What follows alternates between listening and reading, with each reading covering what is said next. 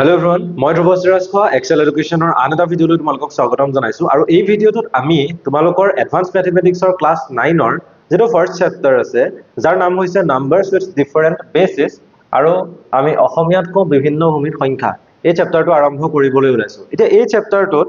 আগতে তোমালোকৰ নামটো আছিল সংখ্যাঙ্কন পদ্ধতি কিন্তু এতিয়া সেই সংখ্যাঙ্কন পদ্ধতিটো সলাই পেলাই নামটো দিলে বিভিন্ন ভূমিত সংখ্যা বা নাম্বাৰছ উইথ ডিফাৰেন্ট বেসিস। বৰ বিশেষ সলনি হোৱা নাই, কিছুমান কথা সলনি হৈছে, সেইখিনি মই তোমালোকক কৈ যাম বাৰু। এতিয়া একদম প্ৰথমতেই তোমালোকৰ কিতাপত চাই যাব পাৰা তোমালোকে আছে যে সংখ্যাৰ শেষ নাই, সংখ্যাবোৰৰ শেষ নাই, সঁচাকৈ শেষ নাই। তোমালোকে জানা বিভিন্ন সংখ্যা আছে, স্বাভাৱিক সংখ্যা আছে, পূৰ্ণ সংখ্যা আছে, অখণ্ড সংখ্যা আছে, পৰিমেয়, অপৰিমেয়, বহুত সংখ্যা আছে আৰু সেই সংখ্যাবোৰৰ শেষ নাই। যদি আমি উলিয়াই গৈ থাকো তেতিয়া সংখ্যা ওলাই গৈ থাকিব, হয়নে? গতিকে নাম্বাৰছ বহুত আছে, অসংখ্য আছে বুলি ক'লেও ভুল নহ'ব। প্ৰত্যেকটো বেলেগ বেলেগ সংখ্যাৰ বাবে একোটাকৈ বেলেগ বেলেগ নাম দিয়া বা চিন দিয়াটো অসম্ভৱ, কাৰণ যিহেতু সংখ্যা অসংখ্য, কিমান নাম্বাৰ আছে আমি নিজেই নাজানো। গতিকে প্ৰত্যেকটো সংখ্যাৰ কাৰণে বেলেগ বেলেগ নামটো দিয়াটো অসম্ভৱ হৈ পৰে। সেই কাৰণে কি কৰিব লাগে, তাত কিছুমান সহজ পদ্ধতি অৱলম্বন কৰিব লাগে। পুৰণি কালত এই সমস্যাটো আঁতৰ কৰিবৰ বাবে মানুহে গোটৰ সহায় লৈছিল, মানে সংখ্যাবোৰ গোটত বনাইছিলে, পাঁচটাৰ গোট বনাইছিলে ধৰা, বা দহটাৰ গোট বনাইছিলে, তেনেকুৱা ধৰণৰ কিছুমান কাম কৰিছিলে। দক্ষিণ আমেৰিকান সকলে 6 বুজাবলৈ এখন হাত আৰু এটা আঙুলি ব্যৱহাৰ কৰিছিলে, মানে এখন হাত লৈছিলে আৰু এটা আঙুলি, এনেকৈ 6 বুজাইছিলে। আকৌ তেওঁলোকে 12 বুজাবলৈ দুখন হাত আৰু দুটা আঙুলি, দুখন হাত ব্যৱহাৰ কৰিছিলে, এনেকৈ দুখন হাত,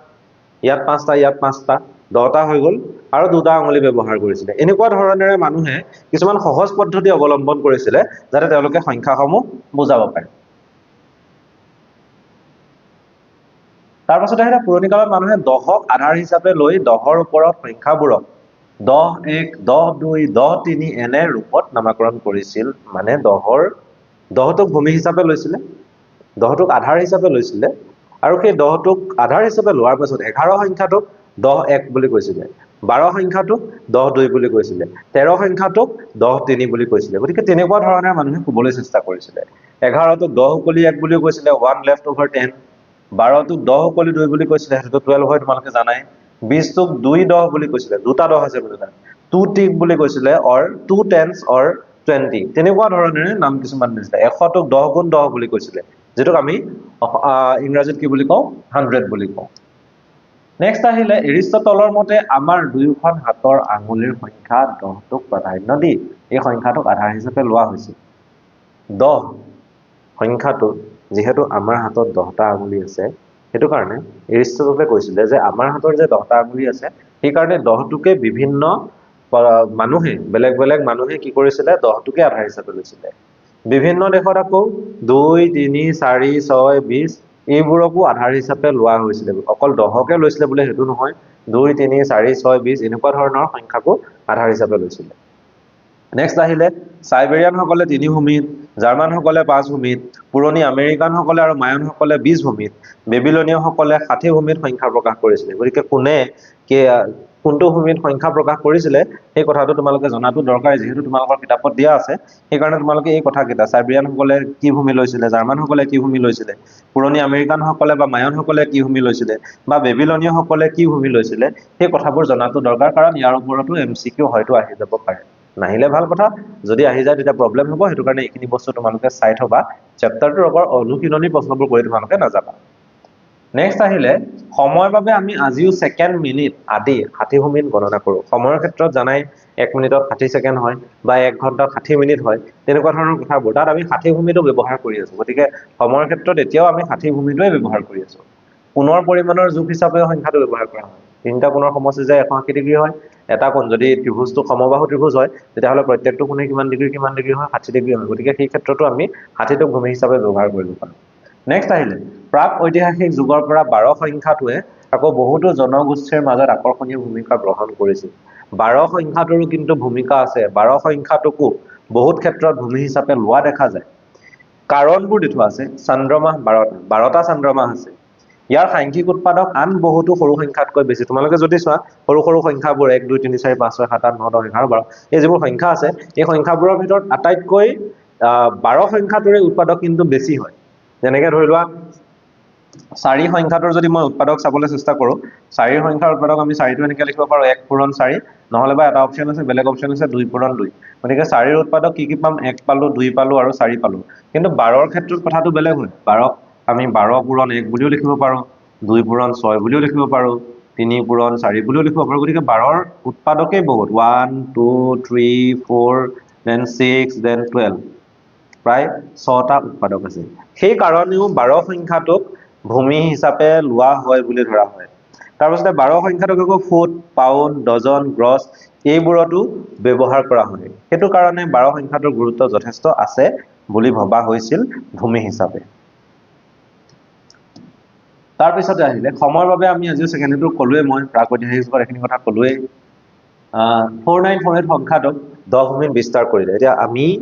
যেটো পদ্ধতি ব্যৱহাৰ কৰো সেই পদ্ধতিটোৰ নাম হৈছে দশমিক পদ্ধতি আৰু দশমিক পদ্ধতিত যেটো ভূমি ব্যৱহাৰ কৰা হয় সেই ভূমিটো হৈছে 10 এতিয়া 4948 যেটো সংখ্যা আছে এটা 10 ভূমিত বিস্তাৰ কৰিলে কেনেকুৱা হ'ব হেতুকে মই তোমালোকক দেখুৱাবলৈ চেষ্টা কৰিম একেবাৰে সহজ চাই যাবা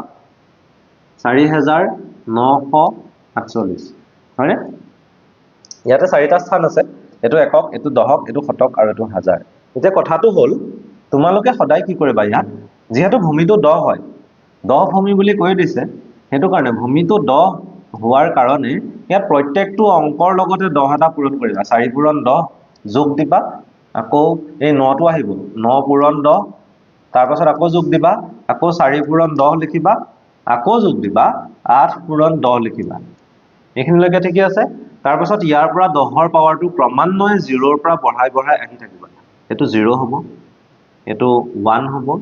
এটো 2 হ'ব আৰু এটো কি হ'ব 3 হ'ব গতিকে আমি 4948 সংখ্যাটোক এনে ধৰণেৰে বিস্তাৰ কৰিব পাৰো যথেষ্ট সহজ ইমান টান নহয় খালি তোমালোকে এই প্যাটাৰ্নটো ইউজ কৰিবা 4 * 10 9 * 10 4 * 10 প্লাস 8 * 10 এনেকৈ লিখি ল'বা বেলেগ এটা সংখ্যা দেখুৱাই দিছো 5 6 3 বোলে ইয়াত তোমালোকে 5 * 10 কৰিলা প্লাস 6 * 10 কৰিলা then তোমালোকে কৰিলা 3 * 10 after that ইয়াৰ ওপৰত 0 দিবা ইয়াৰ ওপৰত 1 দিবা ইয়াৰ ওপৰত 2 দিবা এইখিনিতে আমাৰ বিস্তাৰটো শেষ হৈছে গতিকে যথেষ্ট সহজ হয় ইমান টান নহয় তোমালোকে এই প্ৰশ্নবোৰ এনেকুৱা ধৰণৰ বিস্তাৰ কৰা প্ৰশ্নবোৰ আগতেও কৰিছা কিন্তু এইবোৰ আকৌ তোমালোকৰ এডভান্স ম্যাথমেটিক্সতো দিয়া হৈছে একেবাৰে বেসিক্স হিচাপে তাৰ পাছত আমি এডভান্স লেভেলত যাম আৰু কিবা কিবি আছে বহুত কিবা কিবি আছে সেইখিনি আমি পাছত যাবলৈ চেষ্টা কৰি আছো এতিয়া আমি যাও 4849 সংখ্যাটো 10 মিনিট বিস্তাৰ কৰিলে হেতুটো গম পালে সংখ্যা লিখিবলৈ ব্যৱহাৰ কৰা প্ৰতীকবোৰ অংক বোলা হয় যিবোৰ প্ৰতীক আমি সংখ্যা লিখিবলৈ ব্যৱহাৰ কৰো সেই প্ৰতীকবোৰক কি বুলি কোৱা হয় অংক বুলি কোৱা হয় অংক বা ডিজিটস ৰোমান পদ্ধতিত ব্যৱহাৰ কৰা অংক 7টা এতিয়া তোমালোকৰ কথাটো হ'ল কি জানা ৰোমান পদ্ধতিত গোটেই কথাখিনি তোমালোকৰ ক্লাস 10 ৰ এডভান্স ম্যাথমেটিক্সত যোৱা বছৰলৈকে আছিল কিন্তু এই বছৰ কি কৰিলে সেই পাৰ্টটো উঠাই দিলে সেই পাৰ্টটো কমপ্লিট উঠাই দিলে ৰোমান সংখ্যাকখিনি নাই যদিও তোমালোকক মই এটো দি দিছো ৰোমান সংখ্যাংক একিটা ব্যৱহাৰ হয় I V X L C D M I মানে 1 V মানে 5 X মানে 10 জানা L মানে হৈছে 50 C মানে হৈছে 100 D মানে হৈছে 500 আৰু M মানে হৈছে 1000 গতিকে কোনটো অংকই কিনো বুজায় সেই কথাটো তোমালোকে জানি থবা তাৰ পাছত আহিলে 10 ভূমিত ব্যৱহাৰ কৰা অংকবোৰ এটো একেবাৰে সহজ আমি যেটো পদ্ধতি ব্যৱহাৰ কৰি আছো সদায় সেই পদ্ধতিটোত অংক 10টা থাকে ভূমি 10 অংকও 10 ভূমি 10 হয় যেতিয়া তাত অংকও 10টাই থাকিব যদি ভূমি 2 হয় তাত অংক 2টা থাকিব এতিয়া 10 ভূমিত অংকবোৰ কি 0 ৰ পৰা একদম 9 লৈকে যাব 1 ৰ পৰা 9 লৈকে 9টা হৈ গল তাৰ আগত 0 এটা আছে নহয় হেতু কাৰণে 10টা হৈ যায় অংক আমি 10টা ব্যৱহাৰ কৰি আছো কোনটো পদ্ধতিত দশমিক পদ্ধতি তাৰ পিছলে যাও গ্ৰীক পদ্ধতিত ব্যৱহাৰ কৰা হয় এনেকুৱা ধৰণে চোৱা গ্ৰীক পদ্ধতিতে গ্ৰীক আখৰবোৰ alpha beta gamma delta epsilon digamma zeta eta theta iota আয়োটাটো তোমালোকে কমপ্লেক্স নাম্বাৰত পাবাগে ক্লাস 10ত গৈ পেলাই আই লেটাৰটো ইউজ কৰা হয় এতিয়া এই গ্ৰীক সংখ্যাংক মানে গ্ৰীক যিবোৰ আখৰ আছে সেই আখৰবোৰে এটা এটা সংখ্যা বা এটা এটা অংক বুজা বুলি ক'ব পাৰি সেইবোৰে ইয়াত লিখা হৈছে এই গোটেইবোৰ জানিবলৈ দৰকাৰ নাই এইখনৰ জাস্ট তোমালোকে এটা কথাই জানা যে গ্ৰীক এলফাবেটছবোৰ আমি সংখ্যা লিখিবলৈ ব্যৱহাৰ কৰো প্ৰতীক হিচাপে তাৰ পিছতে আহিলে সংখ্যাঙ্কন পদ্ধতি কি হয় বহুত বেছি দৰকাৰী যোৱা বছৰলৈকে চেপ্টাৰটোৰ নাম সংখ্যাঙ্কন পদ্ধতি আছিল সিস্টেম অফ নিউমাৰেশন বুলি আছিলে এতিয়া সেই চেপ্টাৰটোৰ নামটো সলনি কৰিছে যদিও সংখ্যাঙ্কন পদ্ধতি কি হয় তোমালোকে জানিবা কি লিখা আছে ভালদৰে চোৱা ইয়াত কি লিখা আছে ভালদৰে চাবা মই কৈ গৈ আছো, তোমালোকে চাই গৈ থাকিবা। সংখ্যাঙ্কন পদ্ধতি হৈছে অংক বা চিহ্ন ব্যৱহাৰ কৰি, অংক বা চিহ্ন যেতিয়া ব্যৱহাৰ কৰোঁ তেতিয়া ব্যৱহাৰ কৰি পেলাই সংখ্যাসমূহ প্ৰকাশ কৰাৰ এটা প্ৰণালীবদ্ধ গাণিতিক পদ্ধতি, এটা প্ৰণালীবদ্ধ গাণিতিক পদ্ধতি য'ত আমি কিছুমান প্ৰতীক ব্যৱহাৰ কৰোঁ যাতে আমি সংখ্যাসমূহ লিখিব পাৰোঁ। যি পদ্ধতিৰ সহায়ত, আকৌ বেলেগ ধৰণে ক'ব পাৰোঁ, যি পদ্ধতিৰ সহায়ত গণনা আৰু হিচাপ নিকাচ কৰা হয় তাকে একেবাৰে সাধাৰণভাৱে এইটো কোৱা হৈছে সংখ্যাঙ্কন পদ্ধতি বুলি। গতিকে দুটা সংজ্ঞা ইয়াত দিয়া হৈছে, সেই দুটা সংজ্ঞা কম্বাইন কৰি যদি লিখা একো প্ৰব্লেম নাই, ভাল হ'ব তেতিয়া। প্ৰথমটো কিন্তু বেছি ভাল, প্ৰথম সংজ্ঞাটো বেছি ভাল, তাত দুটা গুৰুত্বপূৰ্ণ কথা আছে। অংক ব্যৱহাৰ কৰাৰ কথা আছে আৰু প্ৰণালীবদ্ধ গাণিতিক পদ্ধতি বুলি আছে, যিটো বহুত বেছি দৰকাৰ। তাত প্ৰণালী থাকিব লাগিব, এটা গাণিতিক পদ্ধতি, নিৰ্দিষ্ট এটা গাণিতিক পদ্ধতি থাকিব লাগিব। সেই কথাবোৰ যেতিয়া তোমালোকে লিখিবা সংজ্ঞাটো, তেতিয়া সংজ্ঞাটো বেছিকৈ ষ্টেণ্ডাৰ্ড হৈ যাব। গতিকে সেই কথাবোৰ তোমালোকে মন কৰিব লাগিব। তাৰপিছত আহিলে অংকৰ নিজামান, অংকৰ স্থানমান আৰু স্থান অনুযায়ী ভৰ। এইকেইটা দৰকাৰী, এইকেইটা মই তোমালোকক একেলগে কৈ আছো, কিতাপতো দি থোৱা আছে, যদিও মই ইয়াত তোমালোকক ভালকৈ বুজাবলৈ চেষ্টা কৰিম। যেনিবা 5, 6, 7 আছে হা। এতিয়া 5ৰ নিজামান, 5 অংকটো যে আছে তাৰ নিজামানটো কিন্তু 5এ হয়। 6ৰ নিজামানটো 6এ হয় আৰু 7ৰ নিজামানটো 7এ হয়। এইখিনিলৈকে তোমালোকে নিশ্চয় বুজি পাইছা, এইখিনিলৈকে নিশ্চয় বুজি পাইছা। এইখিনি মই অকণমান আঁতৰাই দিছোঁ যাতে পাছৰখিনি দেখিব পাৰোঁ। ওপৰতে দি দিলোঁ। এতিয়া স্থানমানলৈ আহোঁ হা। 5, 6, 7 তোমালোকে সংখ্যাটো দেখা পাই আছা। 5ৰ স্থানমান, 5ৰ স্থানমান কি হ'ব? 5 পূৰণ 100, যিহেতু শতকৰ ঘৰত আছে। 6ৰ স্থানমান কি হ'ব? 6ৰ স্থানমান হ'ব, এইটো 5 পূৰণ 100 লিখি কি লিখিব পাৰোঁ? 5 × 10 স্কুৱেৰ লিখিব পাৰোঁ। 6ৰ স্থানমান কি হ'ব? 6 পূৰণ 10, 10⁻1। আৰু 7ৰ স্থানমান কি হ'ব? 7ৰ স্থানমান হ'ব 7 পূৰণ 10⁻0। এইখিনি বুজি পাইছা? এতিয়া স্থানমানটো 5 পূৰণ 100 মানে আমি ইয়াৰ স্থানমানটো 500 বুলিও লিখিব পাৰোঁ। ইয়াৰ স্থানমানটো মানে 6 পূৰণ 10 যেতিয়া আছে তেতিয়া মই 60 বুলিও লিখিব পাৰোঁ। ইয়াৰ স্থানমানটো 7 × 10⁻0, এইটো মানে 1 হয় জানাই, 7 × 1 কৰিলে আমি 7 পাওঁ। গতিকে ইয়াৰ স্থানমানটো 7 বুলিও লিখিব পাৰোঁ। সেইখিনিলৈকে ঠিকে আছে, কিন্তু আৰু এটা বস্তু আছে, স্থান অনুযায়ী ভৰ। 5ৰ স্থান অনুযায়ী ভৰ কিমান? এতিয়া কথাটো মন কৰিবা ভালকে দেই। স্থানমান উলিয়াবলৈ অংকটোৰ লগত যিটো বস্তু পূৰণ কৰোঁ সেইটোৱে হৈছে ভৰ। গতিকে শতকৰ ঘৰত যিটো 5 আছে তাৰ কাৰণে যিটো ভৰ হ'ব, এই ভৰটো কি হ'ব? 10 স্কুৱেৰ।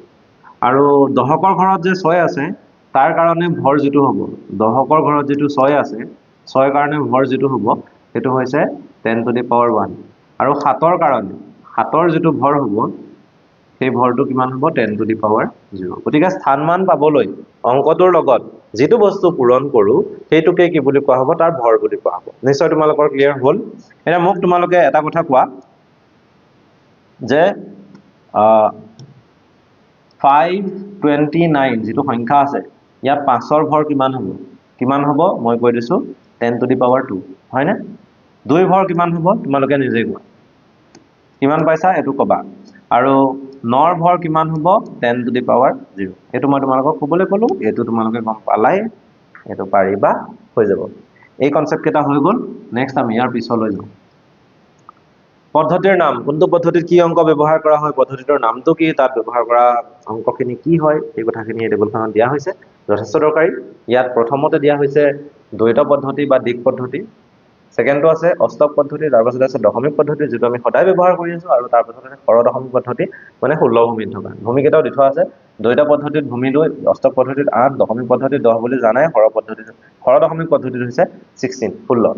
এতিয়া দ্বৈত পদ্ধতিত অংক দুটা ব্যৱহাৰ কৰে, 0 আৰু 1। অষ্টক পদ্ধতিত ব্যৱহাৰ কৰে 0ৰ পৰা 7লৈকে 8টা অংক।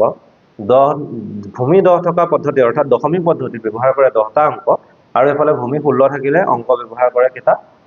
16টা। তাৰে 0, 1, 2, 3, 4, 5, 6, 7, 8, 9লৈকে আছে ঠিকেই। A-টোৱে 10 বুজাই আছে, B-য়ে 11, 12, 13, 14, and F-এ কি বুজাই আছে? 15 বুজাই আছে। 10 ভূমিত সংখ্যাংক এটাক দ্বৈত বা দিক সংখ্যাংক, আৰু এই পদ্ধতিত সংখ্যা এটাক দ্বৈত সংখ্যাংকত প্ৰকাশ কৰা পদ্ধতিটো দ্বৈত পদ্ধতি বোলে। মানে দ্বৈত বা দুই ভূমি লৈ পেলাই যেতিয়া সংখ্যাবোৰত প্ৰকাশ কৰোঁ যিটো পদ্ধতিত প্ৰকাশ কৰোঁ দুই ভূমি লৈ সেই পদ্ধতিটোকে কি বুলি কোৱা হয় দ্বৈত পদ্ধতি বুলি কোৱা হয় আৰু সেই পদ্ধতিটোত ব্যৱহাৰ হোৱা অংক মাত্ৰ দুটা সেই দুটা হৈছে কি 0 আৰু 1 গতিকে দ্বৈত পদ্ধতিত যিমানবোৰ সংখ্যা নোপোৱা কিয় সেই প্ৰত্যেকটো সংখ্যাই তাত সদায় কি থাকিব হয়তো 0 থাকিব নহলে 1 থাকিব সেইকেইটাই থাকিব তাৰ বাহিৰে বেলেগ একো নাথাকিব তাৰ পিছতে আহিলে কম্পিউটাৰ ভাষাত দ্বৈত পদ্ধতিৰ অংক দুটাক বিট বুলি কোৱা হয় দ্বৈত পদ্ধতিত দুটা অংক আছে জানা এটা হৈছে 0 আৰু আনটো হৈছে 1 এটা সেই দুইটাকে কি বুলি কোৱা হয় বিট বুলি কোৱা হয় বিট বা বাইনাৰী ডিজিটস বুলি কয় হেতু মনত ৰাখি থোৱাটো বহুত বেছি দৰকাৰ 8টা বিটক খালি একেলগে কি বুলি কোৱা হয় বাইট বুলি কোৱা হয় যেতিয়া 8টা বিট লগ লাগি থাকে 8টা ডিজিট লগ লাগি থাকিব দ্বৈত পদ্ধতিত তেতিয়া সেই গুটেকেইটাক একেলগে কি বুলি কোৱা হয় বাইট বুলি কোৱা হয় so there is a difference between bit and byte ঠিক আছে বিট দুটা আছে 0 আৰু 1 বাইট তেতিয়া হয় যেতিয়া 8টা বিট লগ লাগে হ'ব এইখিনিয়ে দি থোৱা আছে এইখিনি মনত ৰাখি থোৱাটো তোমালোকে দৰকাৰ ইয়াৰ পিছত আমি যাওঁ 26 ভূমি পদ্ধতিত যাক আমি হেক্সাভাইজেচিমেল বুলি কওঁ হেক্সাভাইজেচিমেল সিস্টেম প্ৰত্যেকটো অংকৰ বাবে ইংৰাজী বৰ্ণমালাৰ অক্ষৰসমূহ ব্যৱহাৰ কৰা হয় মানে কথাটো এনেকুৱা ধৰণৰ 1 2 3 4 5 6 এনেকে আছে ন প্ৰথমতে খালি 0 থাকিব তাই এই পদ্ধতিটোত 0 ৰ কাৰণে a ব্যৱহাৰ কৰোঁ 1 ৰ কাৰণে b ব্যৱহাৰ কৰোঁ 2 ৰ কাৰণে c ব্যৱহাৰ কৰোঁ তেনেকে 3 ৰ কাৰণে d ব্যৱহাৰ কৰোঁ তেনেকে ব্যৱহাৰ কৰি আছো লাষ্টত গৈ পেলাই যেতিয়া 25 পাম 25 ৰ কাৰণে কি ব্যৱহাৰ কৰিম z হৈ গল 1 ৰ কাৰণে a নহয় ন 1 ৰ কাৰণে b হয় 0 ৰ কাৰণে a হৈ যায় গতিকে 26ত ঠিক নহয়গে 25তে শেষ হৈ যায় 25 সংখ্যাটো একচুয়ালি 26 নম্বৰত আহে কাৰণ ইয়াত 0 আছে ন 0 ৰ পৰা 25 লৈকে 26 হয় আৰু ইয়াৰ পৰা a ৰ পৰা z লৈকেও কিটা আছে 26টা আছে গতিকে 25 অংকটো কিহেৰে বুজোৱা হ'ব জেডেৰে বুজোৱা হ'ব আমাৰ 26 ভূমিৰ পদ্ধতিটো এইটোৰ লগত ৰিলেটেড কিন্তু প্ৰশ্ন কৰিব লাগিব নিউমেৰিকেলছ তোমালোকে কৰিব লাগিব হেতু কাৰণে তোমালোকে প্ৰত্যেকটো বস্তু ভালদৰে চাব লাগিব এতিয়া এই কথাখিনিটো মনত ৰখাটো বহুতেই বেছি দৰকাৰ কোড এ ধৰা হয় বহুতে কি কৰি দিয়ে 1 = a লিখি থৈ গুচি আহে তাতে গলে আৰু 1 = a লিখিলে মানে ভুলেই হ'ল a টো কোৰ পৰা স্টাৰ্ট হয় 0 ৰ পৰা 0 = a 0 = যদি a হয় দেন 1 = কি আহিব b আহিব এই কথাবোৰ যথেষ্ট মন কৰিব লাগিব আৰু তোমালোকে মন কৰিবা বুলি মই আশা কৰিছো ইয়াৰ পিছলৈ যাওঁ সৰি বেলেগ ভূমিৰ পৰা 10 ভূমিৰ সংখ্যাংকলৈ পৰিৱৰ্তন বেলেগ ভূমিত আছে কিবা এটা সংখ্যা সেইটো আমি 10 ভূমিলৈ পৰিৱৰ্তন কৰিব লাগিব একেবাৰে সহজ টান নহয় আগতে কৰিছা এনেকুৱা ধৰণৰ এতিয়া আমি কৰিবলৈ চেষ্টা কৰিম খালি 101 আছে তাৰ পিছতে 11011 আছে আৰু 1011110 আছে মই গুটেকেইটা কৰি নিদিও তোমালোকক মই দুইটা প্ৰথম দুটা কৰি দিম হা তোমালোকে লাষ্টৰটো নিজে কৰিবা এটা প্ৰথম এটোত কি আছে 101 আছে so you have to multiply এটো দুই ভূমিত আছে হা তলৰ দুই ভূমিত থকা সংখ্যাবোৰ কৈ দিছে দুই ভূমিত আছে কি ভূমিলৈ নিব লাগে 10 ভূমিলৈ নিব লাগে সো আমি কি কৰিব লাগিব 1 * 2 দুই ভূমিত আছে ন হেতু কাৰণে 1 * 2 এটো 1 ৰ লগত 2 ইনটু কৰিছো নেক্সট 0 ৰ লগত কি ইনটু কৰিম প্লাস 0 * 2 প্লাস লাষ্টত 1 আছে 1 * 2 এটো পাৱাৰ 0 হ'ব এটো পাৱাৰ 1 হ'ব এটো পাৱাৰ 2 হ'ব এতিয়া 1 * 2 স্কয়াৰ 2 স্কয়াৰ মানে 4 4 * 1 মানে 4 পালা প্লাস 0 * এনিথিং কি হৈ যায় এই পাৰ্টটো 0 হ'ব plus 1 * 2 to the power 0 2 to the power 0 মানে হৈছে 1 1 * 1 কৰিলে আমি পাই যাম 1 আলটিমেটলি 4 + 1 কিমান ল'ব 5 ওলাব আৰু এটো কোনটো পদ্ধতিত আহি গল 10 মানে যি কোনো পদ্ধতিতে নাথাকক কিয় যদি আমি বিস্তাৰ কৰি ক্যালকুলেশনছ খিনি কৰি দিও যেটো সংখ্যা ওলাব সেই সংখ্যাটো ডাইৰেক্টলি কোনটো পদ্ধতি থাকিব 10 ভূমিত থাকিব বা দশমিক পদ্ধতিত থাকিব এতিয়া এটো আছে দ্বৈত পদ্ধতি এটোটো কৰিবলৈ চেষ্টা কৰিম 1 আছে 1 * 2 লিখিলো প্লাস 1 * 2 প্লাস 0 * 2 প্লাস 1 * 2 প্লাস 1 * 2 এই অংকবোৰ চালে হল power 0 power 1 power 2 power 3 power 4 so 1 * 2 to the power 4 মানে 16 plus 1 * 2 to the power 3 মানে 8 plus 0 * anything 0 হয় plus 1 * 2 2 হয় plus 1 * 2 to the power 0 এটো পাৰ্ট 1 হ'ব তো 16 আৰু 8 যোগ কৰিলে কিমান হয় 8 * 14 24 হয় 24 ৰ লগত 2 যোগ কৰিলে 26 তাৰ লগত 1 যোগ কৰিলে কিমান হ'ব 27 27 বেস 10 সো দ্বৈত পদ্ধতিত যেটো সংখ্যা বুজোৱা হৈছে 11011 এৰে হেতু আমাৰ দশমিক পদ্ধতিত কোনটো সংখ্যাৰে বুজোৱা হ'ব 27 সংখ্যাটোৰে বুজোৱা হ'ব গতিকে সহজ ইমান টান নহয় তোমালোকে খালি এটো কৰিবা আৰু এটো কৰি কিমান পালা জনাবা কিতাপ চাব নালাগে কিতাপ কোনো প্ৰয়োজন নাই এতিয়া মই যিখিনি বুজাই আছো that is sufficient for you এখানে খালি উদাহৰণবোৰ কিতাপ চাইছে কৰি থৈ নিদিবা ভালকে বুজিবা বেসিক্স খিনি বুজিবা পাৱাৰ খিনি কেনেকৈ বহাব লাগে মই তোমালোকক শিকাইছো ইজি পদ্ধতিত শিকাইছো নহলে ক'ৰ পৰা কি কৰিম ভাবি থাকিব লগা হয় সেইকাৰণে যিটো পদ্ধতি ব্যৱহাৰ কৰিছোঁ সেই পদ্ধতিতে তোমালোকে কৰিবলৈ চাবা তোমালোকৰ কাৰণে সহজ হৈ পৰিব তাৰপিছতে আহিলে এইখিনি দেখুওৱা যে কেইটামান প্ৰশ্ন আছে 144 8 ভূমিত আছে সেইটোকে আমি 100 10 ভূমিত আছে বুলি দেখুৱাব লাগে আমি কৰিবলৈ চেষ্টা কৰিব পাৰোঁ মই তোমালোকক এটা বা দুটাহে কৰি দেখুৱাম হা এইটোকে কৰি দেখুৱাইছোঁ ফাৰ্ষ্টটো কৰি দেখুৱাইছোঁ which is very easy টান নহয়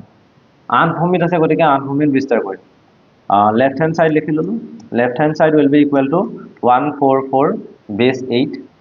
হৈ আছে এতিয়া এই 1 ৰ লগত 8 ইনটু কৰিম প্লাস 4 ৰ লগত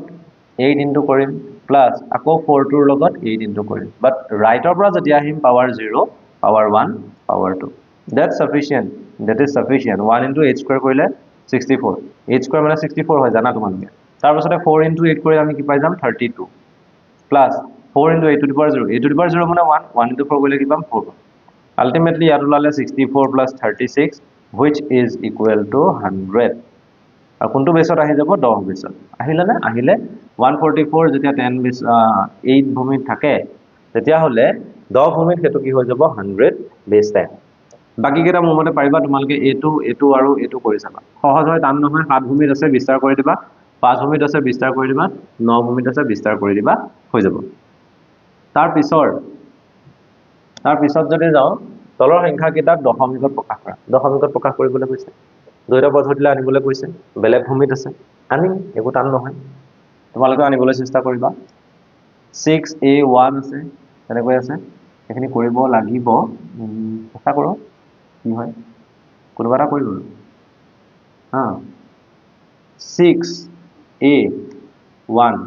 ভূমি কিহত আছে 16 6a1 এতিয়া 6 into 16 ভূমি 16 আছে ন plus a into 16 plus 1 into 16 বাস যেটো ভূমিত আছে কেটো ভূমি প্ৰত্যেকটো অংকৰ লগতকে পূৰণ কৰি যোগ কৰি দিলে হ'ব এতিয়া ইয়াত হ'ব 16 to the power 0 এটো 16 to the power 1 16 to the power 2 এতিয়া 6 into 16 square 16 square মানে কিমান আছে তোমালোকে জানা 256 হয় না 6 16 গুণ 96 আছে আৰু 1 16 গুণ কিমান হয় 16 হয় 6 9 6 15 5 সকলো বাই একে 256 আছে so 6 into 256 plus a মানে কিমান হয় কোনটো পদ্ধতিত আছে 16 হয় পদ্ধতিত a মানে কিমান হয় 10 হয় a মানে যদি 10 so ইয়াত আহিব 10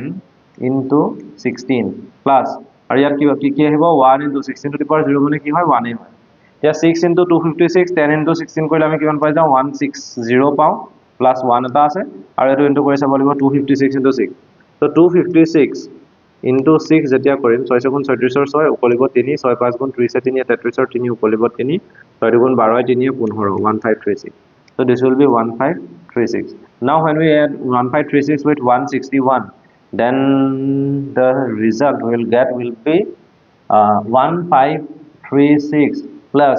161 6 plus 1 7 6 plus 3 9 then ইয়াত 6 আহিব then ইয়াত 1 আহিব এটো হবে 1697 আৰু এটো কোনটো ভূমিত আহি যাব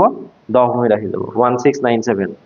হয় না নহয় মই এবাৰ চাই লৈছো চেক কৰি লৈছো হবটো লাগে 1697 হয় 10 ভূমিত আহিল ঠিক আছে তোমালোকে এটো আৰু এটো কৰিবলৈ চেষ্টা কৰিবা সহজ হয় টান নহয় অলপ চেষ্টা কৰিলে তোমালোকে পাৰিবা নেক্সট আমি যাও তলৰ দশমিক সংখ্যাবোৰক দ্বিভূমিৰ সংখ্যালৈ পৰিৱৰ্তন কৰা দশমিক সংখ্যা আছে এতিয়া দ্বিভূমিলৈ আনিব লাগিব আগতে উল্টা কৰিছিলো বেলেগ ভূমিত আছিল 10 ভূমিলৈ আনিছিলো সহজ আছিল বিস্তাৰ কৰি দিলে হৈ যায় ক্যালকুলেশনস কৰিব লাগে নাম্বাৰ এটা উলিয়াই দিব বাস খেল খতম তাত কিন্তু ইয়াত কি হ'ব ইয়াত দ্বিভূমিলৈ আনিবলৈ কৈছে দুই ভূমিলৈ আনিবলৈ কৈছে এই কথাটো বুজিব লাগিব দুই ভূমিলৈ যেতিয়া আনিবলৈ কৈছে ভূমি হৈছে 2 তালে নিবলৈ হলে আমি এই ভূমিটোৰে ইহতক হৰণ কৰিব লাগিব খালি ছুটি হৰণ নিয়ম 78ক কৰিব লাগে যেনিবা সিম্পল 2 ৰে কৰা 78ক হৰণ কৰিব লাগিব 39 খালি প্ৰত্যেকটো ক্ষেত্ৰতে ভাগশেষটো লিখি যাবা 39 ইয়াত ভাগশেষ কি হ'ব 0 হ'ব দেন তুমি আকৌ 2 ৰে কৰিবা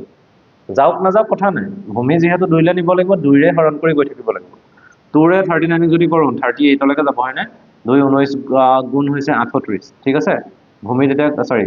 ভাগশেষ কি থাকিব 1 থাকিব দেন আকৌ 19ক কৰিলা 2 9 গুণ 18 আকৌ 1 থাকিলে আকৌ 2 4 গুণ 8 আকৌ 1 থাকিলে আকৌ 2 2 গুণ 4 শূন্য থাকিলে আকৌ 2 1 গুণ 2 শূন্য থাকিলে আৰু 2 শূন্য ইয়াত তেতিয়া কি থাকিব 1 থাকিব তেতিয়া কি হ'ল কথাটো 78 যেটো সংখ্যা আছিলে তাক আমি এই যে ভাগশেষবোৰ আছে ভাগশেষ একদম তলৰ দুপা চাবা এই তলৰ দুপা এনেকৈ গৈ থাকিম আৰু ভাগ হৰণ তেতিয়ালৈকে গৈ থাকিম যেতিয়ালৈকে লাষ্টত ভাগফলটো 0 নোলায় লাষ্টত 0 ওলাবই লাগিব তেতিয়ালৈকে কৰিম তাৰ পাছত আৰু ইয়াৰ পৰা তলৰ পৰা ওপৰলৈ চালেই হ'ল 1 0 0 1 1 1 0 1 0 0 1 1 1 0 এইটো ভূমি কিহত আছিলে 10 ভূমি আৰু নিলো আমি কোনটো ভূমিলে 2 ভূমিলে নিলো এটা উত্তৰটো হয় নে নহয় মই এবাৰ চেক কৰি লওঁ হবতো লাগে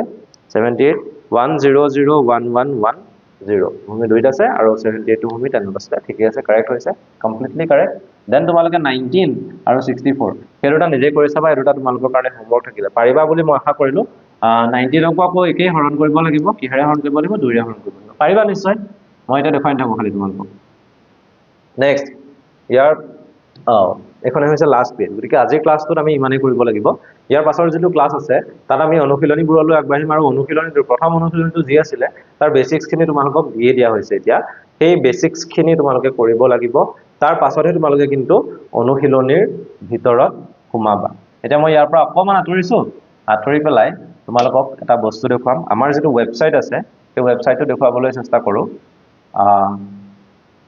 Google Chrome নাইবা Mozilla Firefox যিকোনো তোমালোকে যাব পাৰা গৈ পেলাই কি কৰিবা তোমালোকে Google টো খুলি লবা Google খুলিলা সহজ হয় একো টান নহয় Google খুলিলা খোলাৰ পাছত তোমালোকে ইয়াত সাৰ্চ কৰিব লাগিব exceleducation.net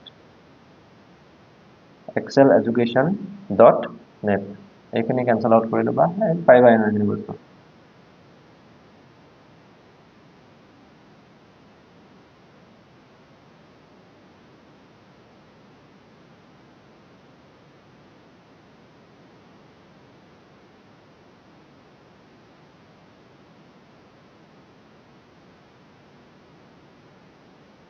exceleducation.net কৰিলা সাৰ্চ কৰিলা আহি যাব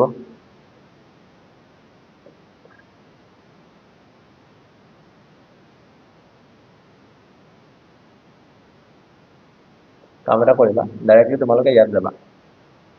ইয়াতে কৰিবা ডাইৰেক্ট URL টাইপ কৰিবা হা URL টাইপ কৰিবা excel education.net এটো যেটো দেখিছা তোমালোকে হেতুলে exceleducation.net তাত ক্লিক কৰিবা ক্লিক কৰিলে আমাৰ ওয়েবসাইটটো খুল খাব হল এই ওয়েবসাইটটো তোমালোকে দেখা পাইছা এটো exceleducation.net আহি গল ইয়াতে গোটে কোৰ্সখিনি আছে আমাৰ এই কোৰ্সখিনি ইয়াত দিয়া হৈছে চাব পাৰা তোমালোকে যেটা কোৰ্সবোৰলৈ যাবা এটা দেখা পাবা মই এডভান্সৰ কোৰ্সটো কথা কৈ আছো বিশেষকৈ তোমালোকক এডভান্সৰ ক্লাস 9 ৰ যেটো কোৰ্স সেই কোৰ্সলৈ যদি আমি যাওঁ তোমালোকে ইয়াত দেখা পাবা এটা PYQ কোৱেশ্চন আনসাৰৰ কাৰণে আছে কালেকচন এটো কমপ্লিটলি ফ্ৰী খালি এটো ক্লাস 10 ৰ কাৰণে আছিল এটো ডেমো কোৰ্স আছিল ক্লাস 10 ৰ কাৰণে জেনাৰেল সাইন্স তাৰছত নৱম শ্ৰেণীৰ উচ্চ গণিত হেতুত আছে তোমালোকৰ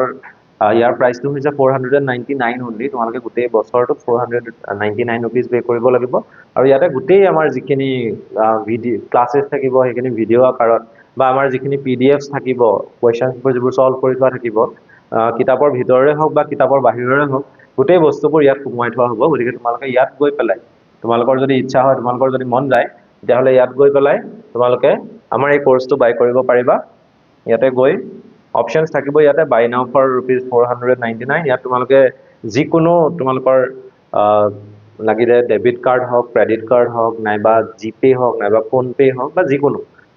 UPI ID ব্যৱহাৰ কৰি তোমালোকে পেমেন্ট কৰিব পাৰিবা payment only for one time 499 rupees খালি তোমালোকে গোটেই বছৰটো যিমানখিনি এডভান্স ম্যাথমেটিক্সৰ কোৰ্স লাগে গোটেইখিনি अवेलेबल পাই যাবা গতিকে আশা কৰিছো তোমালোকৰ যদি দৰকাৰ হয় বুলি তোমালোকে ভাবা তোমালোকে অলৰেডি টিউশন কৰি আছা অলৰেডি স্কুলৰ টিচাৰৰ ওচৰত পঢ়ি আছা that is good that is more than enough কিন্তু তাৰ উপৰি যদি তোমালোকক কিবা সহায় লাগে তেতিয়াহলে আমি কৰিবলৈ সাজু আছো আৰু তোমালোকে আমাৰ ওয়েবসাইটত এই যেটো কোৰ্স আছে সেই কোৰ্সটো জয়েন কৰি পেলাই আমাৰ পৰা সেইখিনি পাব পাৰিবা তাৰ উপৰিও হেতু নহলেও তোমালোকে আৰু এটা কাম কৰিব পাৰা আমাৰ যেটো WhatsApp গ্ৰুপ আছে এক্সেল এডুকেশনৰ এডভান্স ম্যাথমেটিক্স ক্লাস 9 ৰ কাৰণে তোমালোকে হেতু জয়েন কৰিব পাৰা সেইটো জয়েন কৰিলে অলৰেডি সেইটোৰ যিটো লিংক আছে সেইটো আমাৰ আগৰ ভিডিঅ'বোৰত বা এইটো ভিডিঅ'ৰ ডেছক্ৰিপশ্যন বক্সত দিয়াই হৈছে তোমালোকে জাষ্ট তাত গৈ পেলাই কি কৰিব লাগিব জয়েন কৰিব লাগিব জয়েন কৰিলে আমি যিমানখিনি কোৱেশ্চন আনসাৰ্ছ বেলেগৰ ডিষ্ট্ৰিক্টৰ পৰা পাওঁ বা আমি নিজে বেলেগ বেলেগ কিতাপৰ পৰা ল'ব পাৰোঁ তেনেকুৱা ধৰণৰ কোৱেশ্চন আনসাৰবোৰ আমি তাত কৰিবলৈ প্ৰেক্টিছ কৰিবলৈ চেষ্টা কৰিম তোমালোকৰ লগত ডিছকাছ কৰিবলৈ চেষ্টা কৰিম তেতিয়াহ'লে নিশ্চয় তোমালোকে ভাল ফল পাবা কাৰণ কিতাপৰ কুৱেশ্যনছবোৰে এনাফ নহয় examples and exercise questions R necessary আৰু সেইখিনি কৰিলে পৰীক্ষালৈ হৈ যায় নোহোৱা নহয় কিন্তু তাৰ উপৰিও যেতিয়া বাহিৰা কুৱেশ্যন তোমালোকে কৰিবা তেতিয়া তোমালোকৰ যিটো এডভান্স মেথমেটিক্সৰ যিটো নলেজ হয় যেটো ওয়াৰ্কিং ক্যাপাসিটি হয় তোমালোকৰ হেতু ইনক্ৰিজ হ'ব আৰু হেতু ইনক্ৰিজ কৰাটো বহুত বেছি দৰকাৰী নিজৰ মাইন্ডটোক যিমানেই ঠেলিবা যিমানেই পুশ কৰিবা সিমানেই বেছিকে তোমালোকে এফিশিয়েন্ট হ'ব পাৰিবা গতিকে আশা কৰিছো তোমালোকে আমাৰ হোৱাটসঅ্যাপ গ্ৰুপটো জয়েন কৰি ল'বা আৰু তোমালোকৰ যদি দৰকাৰ হয় তেতিয়াহ'লে তোমালোকে আমাৰ এই কোৰ্সটো জয়েন কৰিব পাৰা ইয়াকে কৈ আজিৰ মই মোৰ ভিডিঅ'টো সামৰণি মাৰিছো কাইলৈৰ যেটো ভিডিঅ' আহিব এই ভিডিঅ'টোত আৰু কিছুমান কথা কম আৰু কিছুমান কোৱেশ্চনছ ডিসকাস কৰিম তোমালোকৰ ইউনিট টেষ্টৰ আগত ইউনিট টেষ্টলৈ বেছি দিন থাকোতে তোমালোকক এই যি কেটা চেপ্টাৰ এডভান্স ম্যাথমেটিক্সৰ ইউনিট টেষ্টত আহিব আমি সেই কেটা শেষ কৰিম বুলি তোমালোকক কথা দিছো আৰু কৰিমেই তোমালোকে খালি আমাৰ ভিডিঅ'বোৰ চাই থাকিলেই হ'ল লাইক কৰিবা শেয়াৰ কৰিবা আমাৰ ভিডিঅ'ছবোৰ লগৰখিনিৰ লগত শেয়াৰ কৰিবা তাৰোপৰি তোমালোকে ভিডিঅ'ছবোৰ কেনেকুৱা পাইছা আমাৰ কমেন্ট সেকশনত জনাবলৈ নাপাহৰিবা ধন্যবাদ